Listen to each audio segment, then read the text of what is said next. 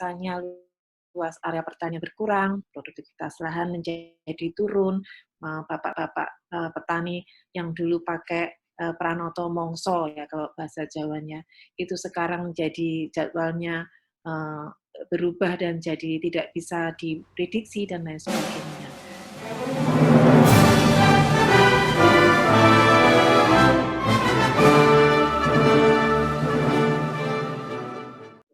Jadi pembicara pertama kita pada kesempatan kali ini adalah Ibu Novia Widyaningtyas, SUT MSc ya. Ini akan saya bacakan biodata singkat beliau ya sebelum beliau akan menyampaikan materi.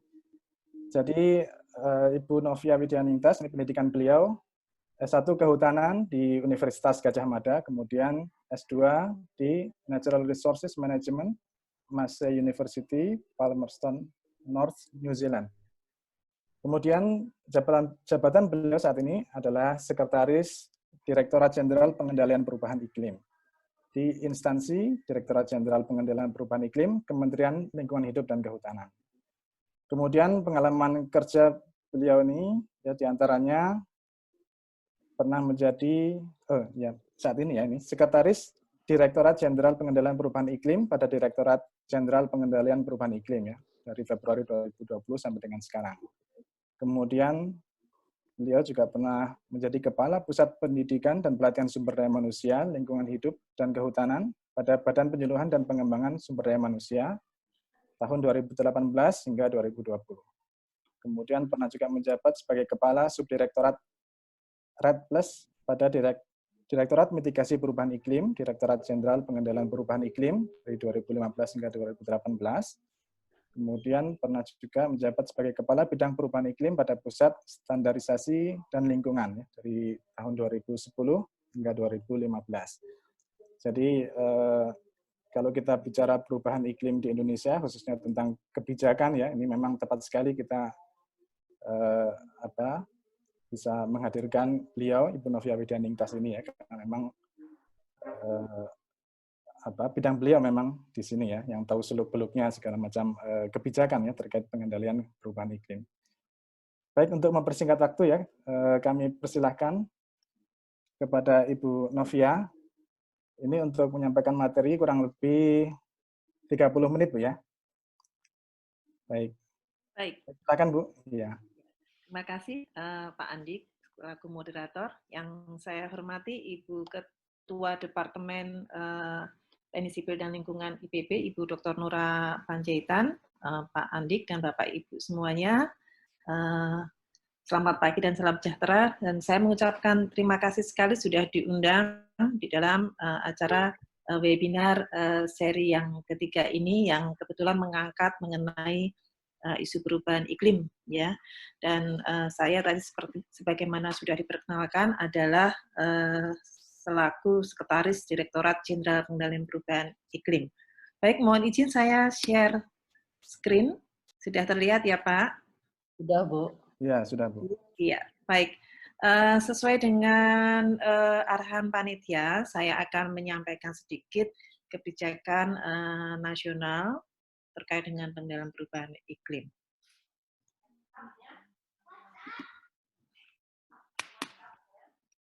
Ini Bapak dan Ibu saya rasa kita semuanya sudah memahami ya bahwa pengendalian iklim itu sekarang sudah menjadi isu yang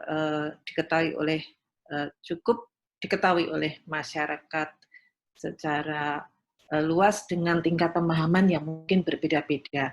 Nah, perubahan iklim sendiri sebenarnya merupakan proses yang ilmiah ya, alami, ilmiah, dan sebenarnya bisa dijelaskan dengan cara yang saintifik, namun karena aktivitas manusia, sehingga dampak negatifnya juga meningkat dari tahun ke tahun, sehingga perlu respon atau tindakan dari kita semuanya sebagai makhluk-makhluk penghuni dari bumi ini.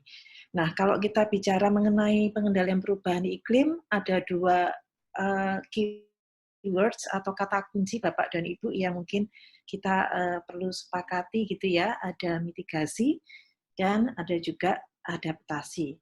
Hal ini ada perbedaan di antara keduanya, yaitu bahwa kalau mitigasi itu adalah upaya penanggulangan untuk mencegah terjadinya perubahan iklim melalui kegiatan yang dapat menurunkan emisi atau meningkatkan penyerapan gas rumah kaca dari berbagai sumber emisi. Jadi kata kuncinya untuk mitigasi adalah mencegah. Sedangkan kalau untuk adaptasi ini lebih dalam aspek penyesuaian atau perubahan untuk memperkuat dan membangun strategi antisipasi terhadap dampak perubahan iklim serta melaksanakannya sehingga mampu mengurangi dampak negatif dan instead kita bisa mengambil manfaat positifnya. Jadi ada dua perubahan di sana, yang satunya mencegah, yang satunya menyesuaikan ketika dampak itu sudah terjadi.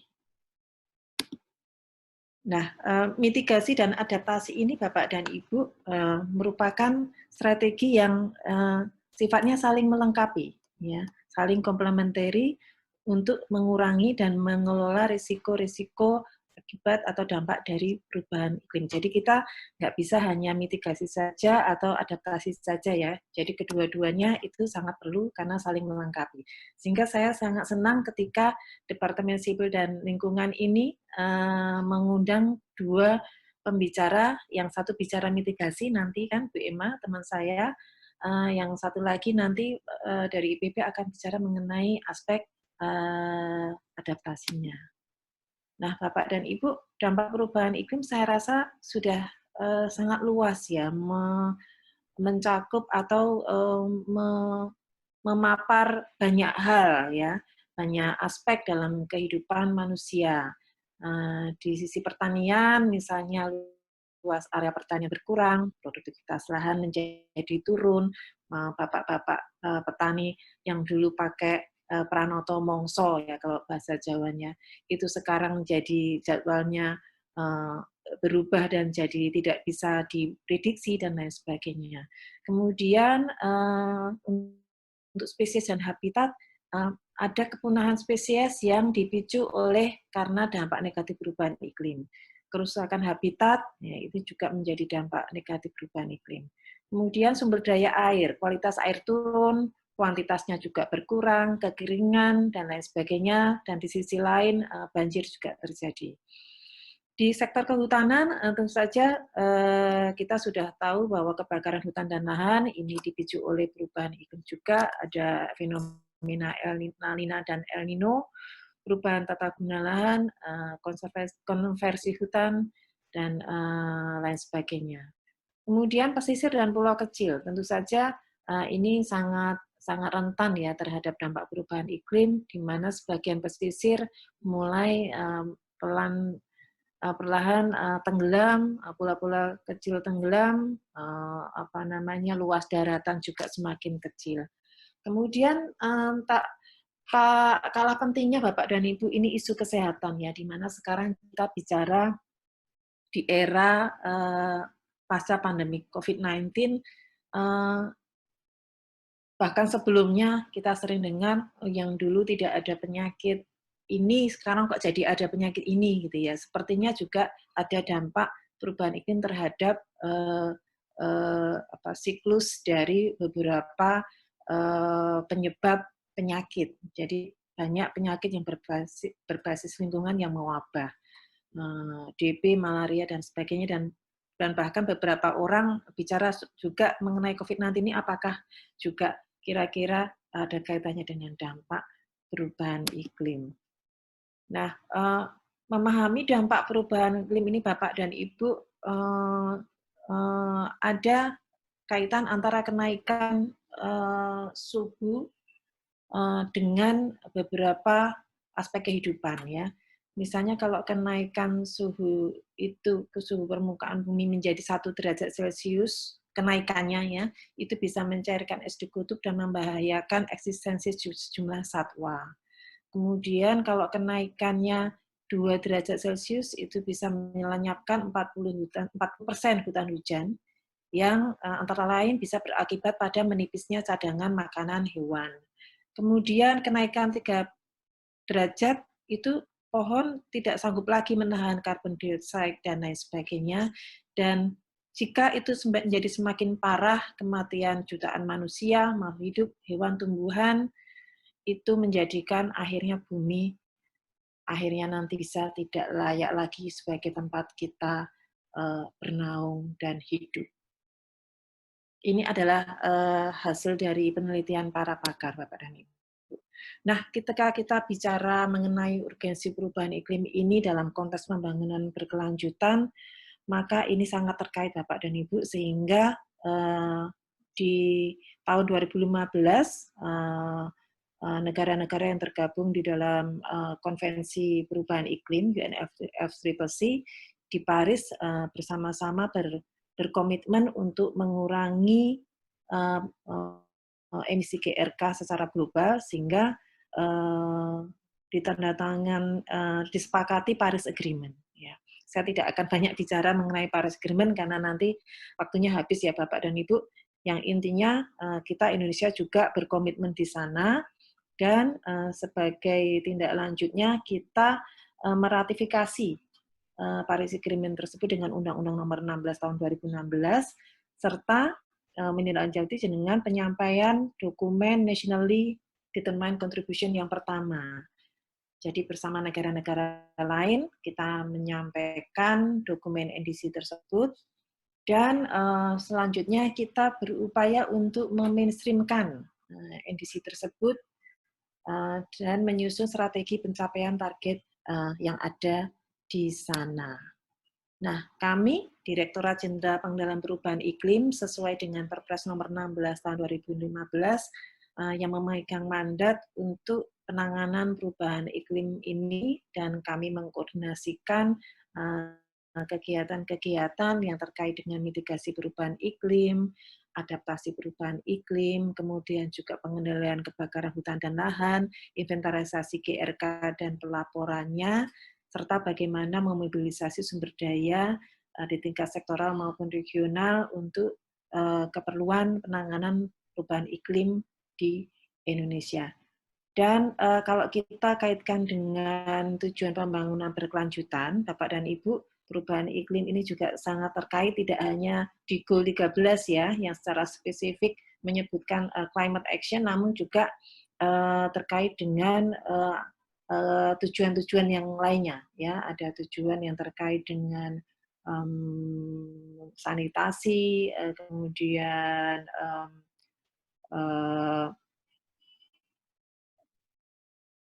sustainable cities dan communities dan lain sebagainya ya. Ada goal 6, 9, 11, 15, dan 12. Saya tidak akan bicara banyak karena topik kita ini sekarang khusus untuk pengendalian perubahan iklim. Dan proses ini semuanya Bapak dan Ibu akan sangat melibatkan seluruh stakeholders ya. Jadi kami sebagai pemegang mandat yang kebetulan juga dipercaya sebagai national focal point untuk urusan pengendalian iklim, pengendalian perubahan iklim ini di internasional ke UNFCCC, maka kami tentu saja akan merangkul seluruh stakeholders yang terkait ya, baik itu yang party stakeholders ya, kementerian lembaga tingkat pusat maupun yang non party stakeholders termasuk Pemda, Bapak dan Ibu selaku akademisi, ilmuwan, pakar, masyarakat juga termasuk, dan juga rekan-rekan NGO serta dari private sector. Nah, Bapak dan Ibu tentu beberapa di antara Bapak Ibu atau mungkin semuanya sudah pernah ya baca dokumen Nationally Determined Contribution Indonesia yang kita sudah submit ke UNFCCC.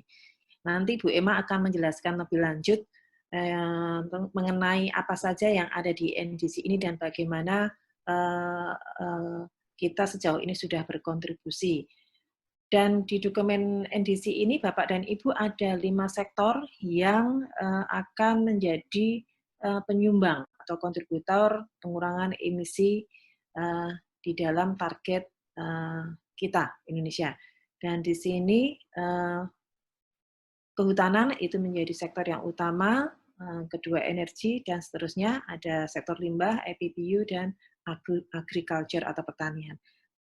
nanti ada pembicara juga ya, Bapak dan Ibu, yang akan bicara mengenai bagaimana sektor pertanian itu berperan dari aspek adaptasi. Nah, saya ingin memanfaatkan momentum COVID-19 ini, Bapak dan Ibu, untuk sedikit menjadi perhatian kita, kira-kira apa ya yang harus kita lakukan di era new normal ini kalau dikaitkan dengan pengendalian perubahan iklim. Nanti Bu Emma akan menyampaikan lebih lagi Bapak dan Ibu apa kaitannya dengan target NDC kita.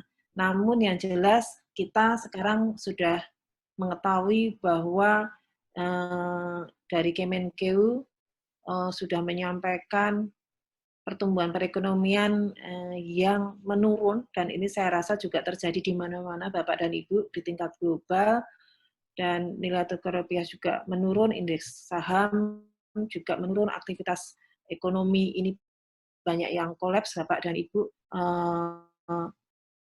Harga minyak mentah dunia 2020 juga berada di bawah rata-rata tahun 2009 dan lain sebagainya, harga komoditas dan ekspor turun, banyak pengangguran, dan lain sebagainya. Tentu saja ini sudah menjadi dampak yang terjadi di mana-mana secara global. Nah, di sektor kehutanan, penurunan pendapatan perusahaan dapat mengganggu upaya-upaya pencegahan kebakaran, dan ini menjadi risiko yang cukup besar Bapak dan Ibu, selain juga risiko yang ditimbulkan dari fenomena alam. Dan ini teman-teman kami dari Direktorat Pengendalian Kebakaran dan Hutan setiap hari siaga Bapak dan Ibu, karena kita tidak ingin situasi semakin memburuk, ya. Kemudian di sektor energi, ini rekan-rekan dari sektor energi menyampaikan bahwa pengembangan energi baru terbarukan juga dalam tekanan. Nanti Bu Emma mungkin bisa cerita lebih lanjut bagaimana kaitan dampak COVID-19 ini terhadap capaian penurunan emisi dari sektor energi.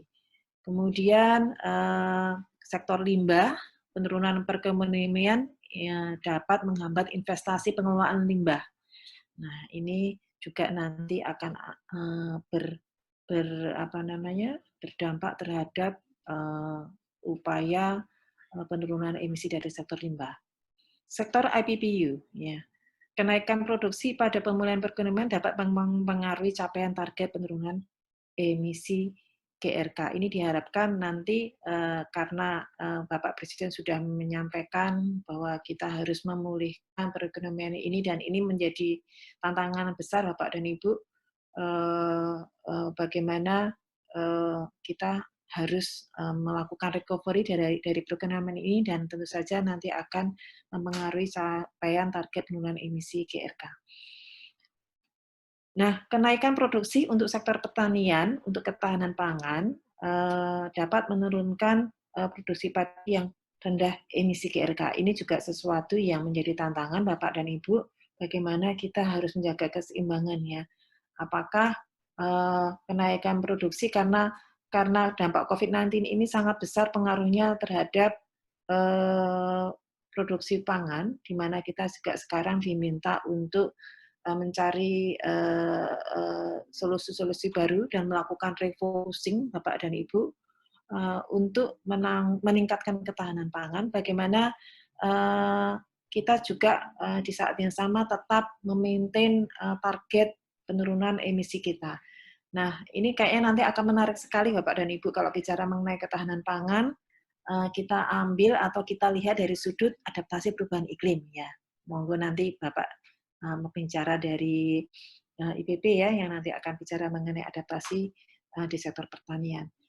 Nah, ini semua nanti akan kami pantau Bapak dan Ibu, khususnya dari Direktorat Mitigasi Perubahan Iklim, Direktorat Adaptasi Perubahan Iklim, serta Direktorat Inventarisasi GRK dan MPV, yang nanti akan memantau terus bagaimana pelaksanaan dari roadmap NDC yang sudah kami susun. Dan Bapak dan Ibu, sedikit tambahan juga tentu saja kita semuanya kementerian lembaga yang terkait di Indonesia ini tidak ada satupun yang tidak mengalami penghematan anggaran. Ini juga perlu kita informasikan dan kita semuanya diminta oleh Bapak Presiden untuk melakukan refocusing anggaran. Sehingga sedikit banyak itu nanti akan berpengaruh terhadap pelaksanaan proses-proses yang ada dimandatkan kepada KL semuanya ya, termasuk 5 sektor yang terkait dengan NDC ini.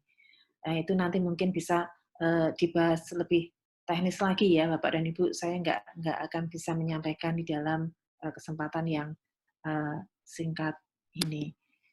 Nah, Bapak dan Ibu, kami di KLHK terkait dengan dampak dari COVID-19 ini, sekarang kita masuk di era new normal, namun kita juga masih akan menjaga komitmen di dalam perjanjian Paris yang sudah kita tuangkan dalam dokumen NDC. Untuk itu, proses penyiapan, implementasi, dan NDC dan juga updated NDC, Bapak Ibu kita sudah menyiapkan updated NDC, akan terus berjalan. Ya, karena roadmap-nya untuk komponen mitigasi sudah disusun, di sana sudah tercakup detail guidance-nya bagaimana implementasi NDC, kemudian kebutuhan ketersediaan pendanaan juga sudah ditaruh di dalam dokumen roadmap, penanggung jawab, kita juga sudah mengidentifikasi para pihak yang akan terlibat, dan kami juga sudah mencoba memetakan enabling condition yang diperlukan. Namun tentu saja ini harus terus dijalankan Bapak dan Ibu ya, dan kami senang sekali apabila rekan-rekan dari kalangan akademisi juga nanti melibatkan diri dalam implementasi NDC ini, karena tidak bisa hanya dari kementerian dan lembaga saja ya, tapi juga stakeholder yang lebih luas ini harus terlibat di dalamnya. Dan sedikit informasi untuk updated NDC, kami sudah berkonsultasi dengan para stakeholders untuk memuat program atau aksi adaptasi yang lebih elaboratif. Ini yang mungkin sedikit berbeda dibanding dengan yang kita sampaikan di first NDC. Ya. Dan kami juga sedang dalam proses penyelesaian roadmap NDC untuk komponen adaptasi. Ya. Jadi kita mengangkat adaptasi lebih lagi Bapak dan Ibu di dalam dokumen updated NDC ini. Nah, Bapak dan Ibu, kami ya KLHK khususnya pimpinan kami juga turut serta di dalam menyuarakan bagaimana langkah-langkah pengendalian perubahan iklim ini di era new normal ini pasca pandemi COVID-19, dan di beberapa forum global Ibu Menteri maupun Bapak Direktur Jenderal on behalf of Indonesia sudah menyampaikan banyak hal.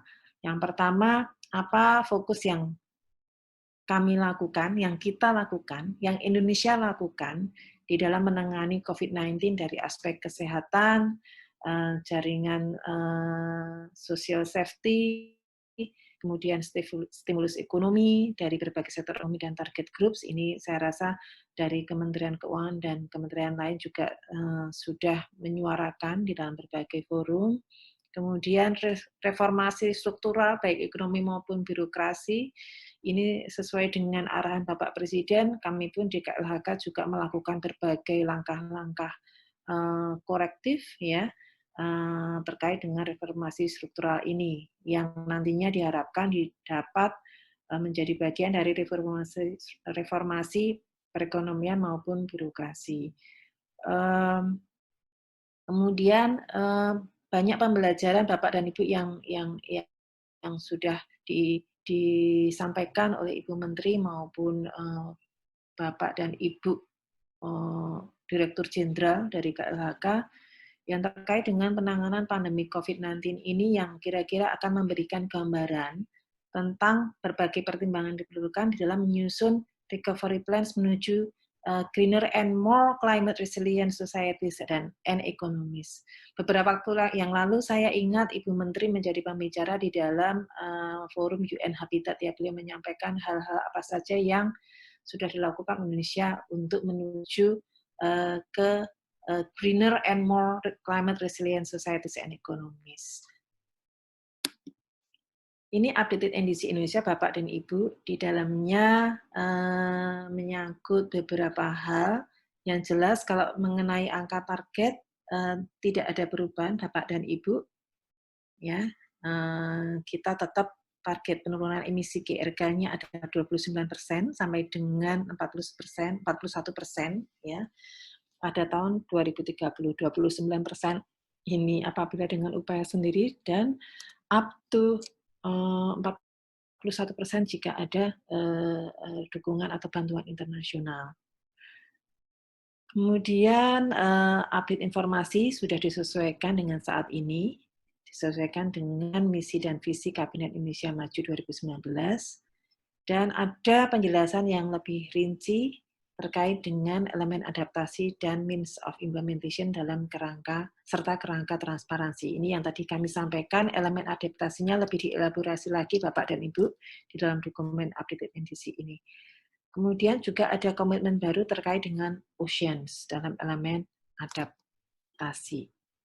Ini karena ada COVID-19 Bapak dan Ibu, ada perubahan ya tentang penyampaian ke UNFCCC. Nanti Bu Emma nanti bisa lebih update sampai di mana, apakah kita sekarang sudah siap untuk menyampaikannya ke UNFCCC dan bagaimana informasi dari UNFCCC. Ini ada usulan target NDC untuk aspek adaptasi Bapak dan Ibu. Ada 3 hal ya yang sebenarnya kita inginkan atau kita cita-citakan gitu ya di dalam aspek adaptasi yang kita targetkan di dalam dokumen NDC ini sampai dengan 2030, yaitu ketahanan secara ekonomi, sosial, livelihood, ekosistem, dan juga landscape. Jadi kita ingin mencapai resiliensi untuk aspek-aspek ekonomi, sosial, livelihood, ekosistem, dan landscape. Jadi tidak hanya ekonominya saja ya Bapak dan Ibu, tapi juga secara sosial, ekosistemnya juga, landscape-nya juga. Ini tentu saja nanti akan menjadi diskusi yang cukup tough gitu Bapak dan Ibu dengan adanya dampak COVID-19 ini ya. Karena di RPJMN 2020-2024, pertumbuhan ekonomi Indonesia ini ditargetkan meningkat rata-rata 6%. Nah, ini bagaimana nanti setelah ada COVID-19 tentu saja kita harus melakukan berbagai penyesuaian di sana. Nah, merujuk pada target pembangunan ekonomi Indonesia, maka adaptasi perubahan iklim ini punya target Bapak dan Ibu mengurangi kerentanan sekitar 30-40%, kemudian mendukung program adaptasi perubahan iklim dalam berbagai sektor pembangunan pada sedikitnya 17 kementerian lembaga dan 60% kabupaten kota, dan meningkatkan layanan jasa freshwater ecosystem pada 15 das dan 15 danau. Ini cita-cita kita, Bapak dan Ibu, sampai dengan 2030, target kita untuk adaptasi seperti ini, membangun resiliensi dan meningkatkan kapasitas adaptif untuk mengelola risiko perubahan iklim dalam mencapai resiliensi ekonomi, sosial, dan mata pencaharian serta ekosistem dan landscape melalui pemenuhan dasar masyarakat, pangan, air, energi, dan kesehatan. Ini saya rasa memang menjadi hal yang kena momentumnya ya Bapak dan Ibu di saat kita dengan tiba-tiba begitu di awal 2020 ada COVID-19. Jadi ini adalah adaptasi ini akan menjadi hal yang krusial sekali Bapak dan Ibu di era new normal ini. Saya sarankan nanti mungkin kalau berminat dan disepakati, Departemen Sipil dan Lingkungan IPB ini bisa diskusi lebih lanjut untuk aspek adaptasi ya. Mungkin tidak berhenti sampai di diskusi yang hari ini, nanti bisa dilakukan diskusi-diskusi lagi supaya kita bisa bersinergi di dalam mencapai target 3 hal ini, Bapak dan Ibu. Ya, mengurangi kerentanan sekitar 30-40% dan sebagainya. Nah, di tataran normatif, saya rasa Bapak dan Ibu, apa yang bisa kami sampaikan dari Direktorat Jenderal Perubahan Iklim, bahwa kita mengambil pembelajaran dari pandemi COVID-19 ini, sehingga mau nggak mau memang kita harus berubah. Dan itulah esensi dari new normal, saya rasa ya, ada paradigma baru. Sebenarnya dari dulu juga kita harusnya sudah berubah, tapi sepertinya memang kita harus dipicu oleh suatu trigger, dan saya rasa pandemi COVID-19 ini menjadi suatu trigger yang memberikan pembelajaran yang berharga. Ya. Yang pertama, kepedulian lingkungan, ini tentu saja menjadi perhatian kita semuanya dari berbagai aspek, dan rekan-rekan dari Departemen Sipil dan Lingkungan tentu juga sudah melakukan banyak kajian bagaimana kita bisa lebih peduli pada lingkungan. Kemudian kedisiplinan dan konsistensi.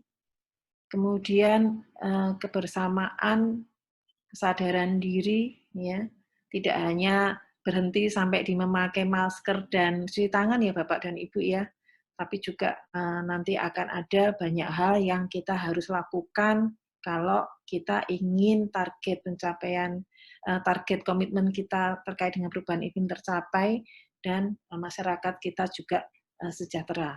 Nah, kemudian kepedulian terhadap sesama, saya rasa ini juga menjadi hal yang akhir-akhir ini kita pelajari ya. Kemudian pengetahuan dan teknologi informasi ini juga mau nggak mau menjadi suatu hal yang berubah gitu ya. Kalau tahun lalu kita bicara mengenai revolusi industri 4.0, bahkan ada beberapa orang bilang 5.0. Nah sekarang dengan adanya pandemi COVID-19 ini mau nggak mau gitu ya. Nah, seperti kita ketahui sekarang kita mau ketemu untuk meeting tatap muka sudah mulai kita kurangi ya. Jadi kita sudah mulai memakai teknologi untuk event hanya untuk bertemu. Nah, ini nanti tentu akan menjadi kebiasaan baru bagi kita semuanya, dan kita Bapak dan Ibu sebagai masyarakat Indonesia tentu punya banyak kearifan lokal ya, yang sebenarnya sudah ada sejak zaman nenek moyang kita, hanya kita perlu menggali lagi. Nah, kearifan lokal apa saja yang kita perlu gali, yang kita bisa kita bisa berdayakan di dalam membangun kebiasaan baru untuk penanganan perubahan iklim, ini akan menjadi hal-hal yang kita perlukan. Jadi kita harus terus menggali Bapak dan Ibu dan memperkuat nilai-nilai tersebut. Nah, salah satu hal membangun. Maaf, Bu Novia, mohon maaf, waktunya 4 ya, menit lagi. sedikit lagi ya. Oke, saya akan mempercepat. Ini saya hanya ingin membawa isu perubahan iklim ke tingkat yang lebih membumi begitu ya. Jadi ada banyak upaya yang kita bisa lakukan di tingkat masyarakat, menggeser pola hidup konsumtif ke peningkatan mutu hidup, meningkatkan kepedulian lingkungan, gaya hidup sederhana, dan lain sebagainya, termasuk kepekaan gender dan membangun kearifan lokal yang sudah ada, termasuk gotong royong ini yang sudah ada sejak dulu, kita harus hidupkan kembali. Ini beberapa rekomendasi dan alternatif solusi, perubahan perilaku, integrasi transportasi publik, peningkatan kualitas BBM, teknologi ramah lingkungan, energi terbarukan. Ini kita harapkan bisa menjadi lebih membumi lagi ya.